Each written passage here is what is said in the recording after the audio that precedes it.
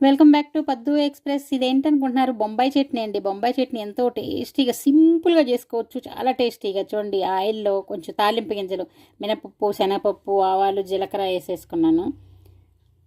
చాలా ఈజీగా చేసుకోవచ్చు. అప్పటికప్పుడు మనం ఇడ్లీ పొయ్యి మీద పెట్టేసి యువతల చట్నీ రెడీ చేసేసుకోవచ్చు. చూడండి, ఎండుమిరపకాయలు అలాగే కరివేపాకు వేసేసుకున్నాను. వేసుకొని కొంచెం లైట్గా దోరగా వేయించేసుకుంటున్నాను. దీనిలోకి ఇంకోటి ఇంపార్టెంట్ ఏంటో తెలుసా? ఇది అల్లం పచ్చిమిర్చి పేస్ట్.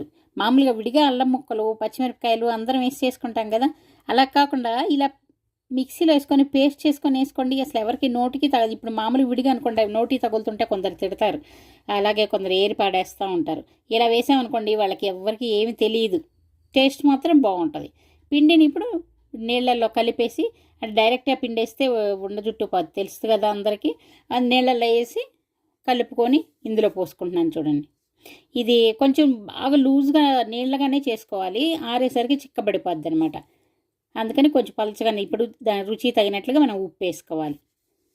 ఉప్పు కూడా వేసుకొని బాగా కలుపుకొని, చూడండి దీనిలో కొంచెం పసుపు కూడా వేసుకుంటే కలర్ ఇంకా బాగుంటుంది.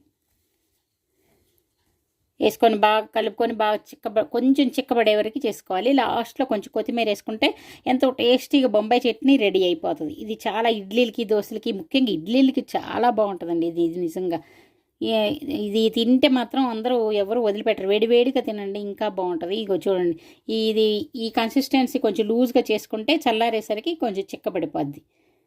అప్పుడు తినడానికి ఈజీగా ఉంటుంది. ఎలా ఉందండి? నచ్చిందా? నచ్చితే లైక్ చేయండి, షేర్ చేయండి, సబ్స్క్రైబ్ చేసుకోండి. ఇంకో వీడియోతో మీ ముందుకు వస్తాను. Bye bye.